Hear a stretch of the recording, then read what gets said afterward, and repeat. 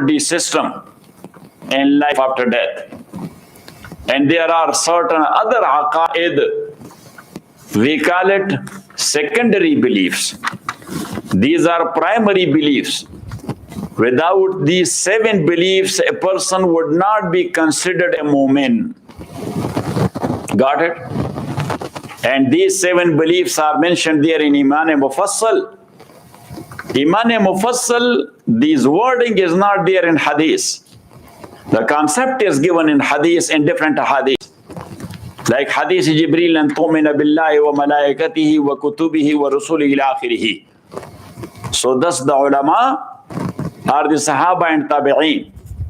They framed a specific wording, amantu billah wa malaikatihi wa kutubihi wa rusulihi wal yawmil akhir wal qadri khairihi wa sharrihi min Allah ta'ala wal ba'si ba'da al-maut.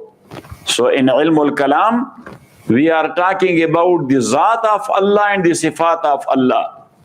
Number 2, we are talking about Risalat and message. We are talking there about divine books. We are talking about angels there. And we are talking about Taqdeer also. And we are talking there about the vanishing of this world and worldly system. And also about life after death. But there are certain other beliefs, and those beliefs are related to these 7 beliefs in one way or the other. Like, we are talking there about the event of Mi'raj. So Mi'raj is affiliated or connected to Risalat and to message. Because who went on the night of Mi'raj towards Allah? Rasulullah sallallahu alayhi wasallam. That's number 1. Or we are talking there about Dajjal and Jesus alayhi salatu wassalam. That Dajjal will come, and that is related to message as well, because the Prophet said it sallallahu alayhi wasallam. Or Isa alayhi salam will come again. So that is also affiliated and connected to message and to Risalat, because the Prophet sallallahu alayhi wasallam said it. And he said it clearly, and the Ummah unanimously adopted that. The Ummah unanimously adopted that. Or we are talking there about Khatmun Nubuwwah, finality of the prophethood of Prophet Muhammad sallallahu alayhi wasallam, that he is the last and final prophet of Allah. Why? Because Allah said it, Ma kana Muhammadun aba hadim min rijalikum walakin Rasulullah wa khataman nabiyyin. And Rasulullah sallallahu alayhi wasallam said it, Ana khatamun nabiyyin la nabiyya ba'di. And Sahaba, they were the first generation who did ijma on this aqeedah. And thus, they fought against Musaylamatul Qazzab under the rule of Sayyidina Abu Bakr Siddiq raziyallahu ta'ala an. Yes or not? Yes. Yes. So, that is number 1, a aqeedah which is proven there in Quran, a aqeedah in a hadith of Rasulullah sallallahu alayhi wasallam, and number 2, a aqeedah proven based on ijma since the time of Sahaba Rizwanullahi alayhim ajma'in, and also that is logical and reasonable as well, because every job in this world has to have an end. Every job in this world has to have an end. So now Nubuwwah or prophethood, that's also a job or an action. So it was supposed to have an end. So Rasulullah sallallahu alaihi wasallam came and the job was accomplished. Prophet sallallahu alaihi wasallam came and the job was accomplished and completed. So that is logical and that is reasonable. So anyhow, we have defined Ilmul Kalam. Maulvi Yusuf, you have written? Yes. Yes, the first definition. What was that? علم يبحث فيه عن ذات الله تعالى وصفاته وما يتعلق به. And number 2. علم يقتدر به الإنسان في إثبات الآراء والأفعال المحدودة التي صرح بها واقع الملة. وتزييف كل ما خالفها بالأقاويل That's, You have left it. oh, that's the other one. No, that is with that. Oh, what does he? وَتَزْيِيفِ كُلِّ مَا خَالَفَهَا بِالْأَقَاوِيلِ. That whatsoever people are saying against those concepts which are given by Rasulullah sallallahu alaihi wasallam, so you have to refuse it and to reject it, and not to reject it like this, not to reject it based on dalil. Based on what? Dalil. Dalil. And number 3, يقتدر معه على إثبات العقائد الدينية بإيراد الحجج ودفع الشبهات. بإيراد الحجج ودفع الشبهات. That as we mentioned, that aqidah or aqaid are mentioned there in Quran or in Hadith, which is called naqal. Which is called naqal. But in ilmul kalam, the basic thing is not to say that Allah is only one, because Allah said huwallahu ahad. Yes, or Allah subhanahu wa ta'ala, He is the Khaliq, because Allah said Allahu khaliqu kulli shay'in wa ala kulli shay'in wakil. Got it? Or Allah is the disposer of all the affairs, because He said in Quran wa huwa ala kulli shay'in wakil. Got it? That is called self-referenced. That's called what? Self-referenced. That is just like you say, I am a man. Why? Because I am a man. That cannot satisfy someone who denies that you are a man. You know what I'm saying? Little bit X-rated thing. Yeah, you have to prove it. Yes, just dash. Got it? Got or not it? So actually, in ilmul kalam, we are proving these proven things. To us, the Muslims, that is proven. Yes or not? Yes. We believe in not. If that is not proven, how we will be considered as Muslim or Mu'min? That is proven and we believe it. Yes? But someone who deny that in one way or the other, yes, or he is presenting forth al-aqawil. What? Al-aqawil. Aqawil is the plural of what? Asatir is the plural of what? Ustura. So aqawil is the plural of uqula. What? Uqula. And what is uqula? Fabricated word. What? Fabricated word. A fabricated speech. A fabricated concept. Got it? So now, if somebody, he will bring forth a fabricated word, a fabricated concept, or that's called uqula. If that's more than one, that's called aqawil. So you are bound to reject that. You are bound to reject. And for example, in Hadith, Rasulullah sallallahu alayhi wasallam says that Dajjal will come, he will be like this. He will be like this. So now what is Dajjal? What is? Dajjal. So Dajjal mean making thing ambiguous or rolled gold, fake thing. Dajjal mean making a fake thing, like making $100 fake bill. That's called Dajjal. So what Dajjal will be doing, he will be showing things against reality. And that's why Rasulullah sallallahu alaihi wasallam says, alim, he will counter him. He will counter him and he will show him that this is my Jannah and this is my fire. Which were you like? Which will? So the alim, he will jump into the fire. He said, because you are the Dajjal, what you are showing is Jannah, that is Jahannam. And what you are showing is fire, that is the actual Jannah. Got it? So that what fake mean. That's why he is called Dajjal. That's what he called Dajjal. Yes. So one guy, I asked him that, what are you doing? He said, I'm pastor. He said what? Pastor. I'm a pastor. Pastor. A religious leader is called what? Pastor. The pastor. I say, try to be pastor. Never be imposter. Yes. The Dajjal is called imposters.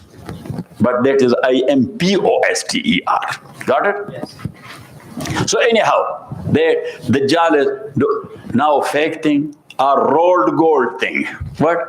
Rolled gold thing. So now, so-called type scholars, those who cannot recite Surah Al-Fatiha even, and those who do not know or does not know that what is Alhamdulillah. That's a sentence. Consists of what? Yes, and what about this Al and Hamad? He does not know that. But people are claiming that he is a so-called scholar. Got it? So such type so-called scholar learned somewhere a science subject in university, and he is from Arabian world, so thus he became scholar automatically. Have Quran and Sunnah. Got it? I don't know that somebody has put some USB there or what. How he became. Yes, USB place is there. Yes. The only thing is just put it there. Automatically he will become a mufti or scholar or whatever. You know what I'm saying? So some of them, they say, oh, Dajjal mean those who will be controlling the world and showing non-real things. They say the Western world is like this. This is kufr. This is ilhad. This is tazanduq. This is what? This is tazanduq. You are playing games with the words of Rasulullah sallallahu alayhi wasallam.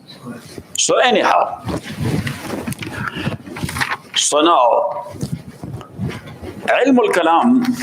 in Ilm al-Kalam, as we mentioned, that ala isbat al-aqaid al-diniya, to prove the dini aqaid, the irad al-hujjaj. Hujjaj is the plural of hujja, and hujja mean ad-dalil al-aqli. Hujja mean what? Ad-dalil al-aqli, some reason you have to bring forth. Some reason to bring forth. Wadaf shubah, and whatever the shubuhat or the confusions or the reservations or even the objections are, you have to reject it, but reasonably. You have to reject it, but reasonably. You know what I'm saying? In our area, there was one mulhid. That's before my lifetime, but we heard it from our ulama. And there was a alim who were very extempore in talking. Got it? So that mulhid, he said to him that, Maulvi Sahib, do you believe in Allah? He said, of course I am Muslim. He said, but I don't believe. He said, but I don't believe. So Maulvi Sahib asked him that, why? He said, because I don't have any proof in this regard, or any evidence in this regard, or any hujjah. So Maulvi Sahib said, you have it, but you never looked at it, because that little bit hidden. Yes. He said, what is that? He said that Allah exists. Allah exists. He said, how can you prove it? I said, now I can prove it. He said, how? He said, just bring a mirror. Yes. Put it in between two stones. Put your both feet on stone. Open your trouser. Sit on the stones. Look down in the mirror. Your bowel is looking like, we call it bada. Yes. And there is a nada or a belt inside. You know what I'm saying? And as you know that this bada is made in wrinkle shape. Yes or not? Otherwise it will not work. Yes, but these wrinkle shape, it cannot come together without having a belt therein or a rope therein. He said that, look, your bada, that could not be tied without a door inside that. But look at your bowel. No door is seen there, and Allah subhanahu wa ta'ala is opening it that. And he said, yeah, I believe that he exists. Got it? This was an X-rated, we call it ad-dalilul ilzami. What? Ad-dalilul ilzami. Such an extempore evidence which zipped the mouth of the opposite or the opponent. Got it? So that's called hujjah. We are not presenting such like evidences or proofs, but anyhow, I was giving you an example. So anyhow, and another definition is al-ilmu allazi yabhasu anillahi wal mabda'i wal ma'ad. عن الله والمبدأ والمعاد. that is a science which is talking about Allah subhanahu wa ta'ala and talking about the world, how it came into existence and how the human is born or created, and talking about life after death, that there will be a life after your death and everybody would be put to accountability. يبحث عن الله والمبدأ والمعاد. You wrote it? Yes.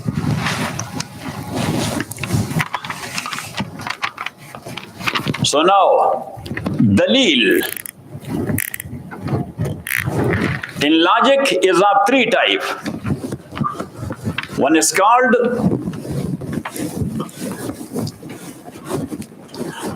الدليل الخطابي. What is the word? الخطابي.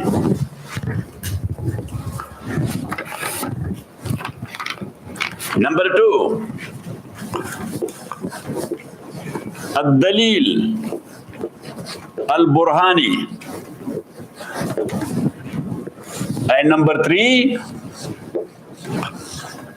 الدليل الجدلي.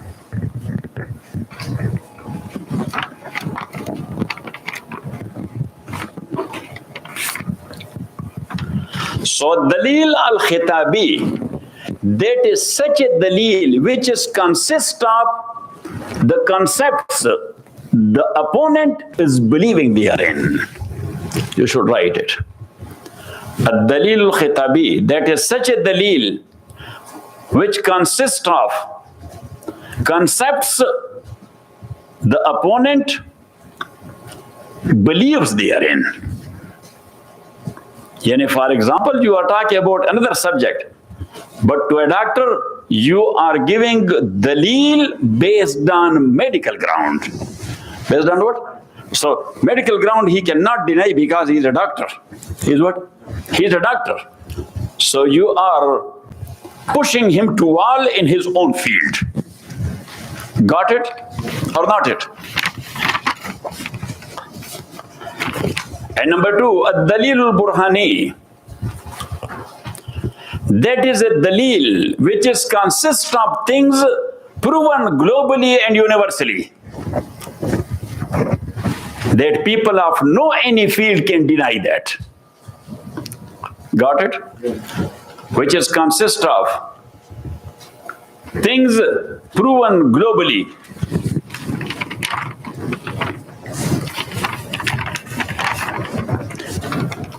Now, for example, look at me. As we say that on the day of judgment, all our actions and our words and speech, that will be there on the screen. Everybody will see his whatever he has done. Yes, now somebody will say, how it is possible? How? It is possible. So tell him, give me your computer. Yes, what's the password? Password like this, this, this. And then you will click it.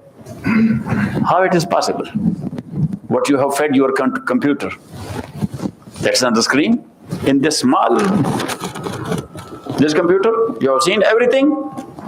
So that is such a dalil which is proven globally and universally. Got it? So that's called ad-dalil al-burhani. Got it? And number three, that is called ad-dalil al-jadali. Jadal means dispute. So you counter the guy in what he's saying. That no, I don't admit this. Why I don't?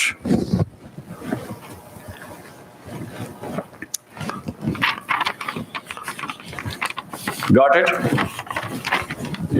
So now Socrates, who is considered the father of philosophy, considered the father of philosophy, he says his father was a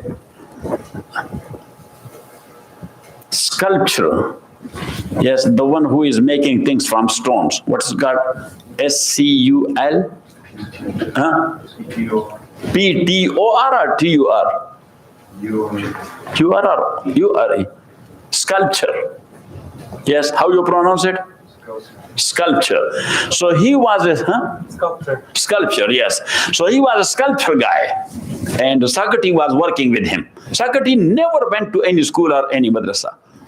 Yes, that was a God-given thing. So he was working with him, with his father. Got it? And his mother was a midwife. His mother was midwife. When Plato, in his last 8 years or 10 years, he was accompanying him day and night. Got it? We cannot find a single word written by Socrates, even though he is father of philosophy, but he has not written in his lifetime what? A single word. Why? Because his concept was different. He said that knowledge is not a thing which you will put on paper. Knowledge is a thing which you have to put it on your nafs natiqa. Got it? Print it where? Nafs natiqa, in your nature. Got it? Or not it? Yes. And number two, he said that knowledge is virtue. That was his basic concept. He was saying, knowledge is virtue. And he said that virtue is in the nature of human. He said there is no knowledge outside. For every person, there is knowledge inside him. The only thing is that is covered. Got it? Or blurry. Number two, or ashes are upon. You have to clean it and to lit it. Got it? And that's why he said that you cannot means enter knowledge into someone. You can disclose and bring out the knowledge he has in his nature. And he said that this concept I have taken from my father and mother. Because I was working with my father, so when he made a lion, what? A statue of lion. So I asked him that, Baba, how you made it? Yes, this stone, you made it a lion. This other one, you made it a human. This third one, you made it a bird. Yes, so how you do that? He said, because when I pick up a stone, so the thing concerned is seen there to me and I can see it. That this is lion. When I pick up another stone, I say, oh, this is a human. I see it. The only thing is I am working to bring it out. That is inside the stone, so I have to bring it out. And he said that my mother, she was a midwife. So she was not putting a baby in a woman. She was bringing out a baby from the woman. So he said that now look, there, the statue is in the stone, my father was bringing it out. And here, the baby was inside a woman and my mother was bringing it out. Got it? So he said that knowledge is there inside every human, depend to what extent. But he has you have to bring it out. So that's why he was not teaching like this. Yes, he was walking with the people in the bazaar. So what do you think about this? So the guy was answering him. So when he answered, so he posed another question to that answer of him. Then he answered, so he was posing another question to his answer. Yes, so either he was bringing out the real answer from the guy, or in the end he was giving his answer. He said, as long as you are not doing that, yes, nobody will bring out his knowledge. So he said, work on people to bring out their qualities. Wa sallallahu ta'ala ala khair.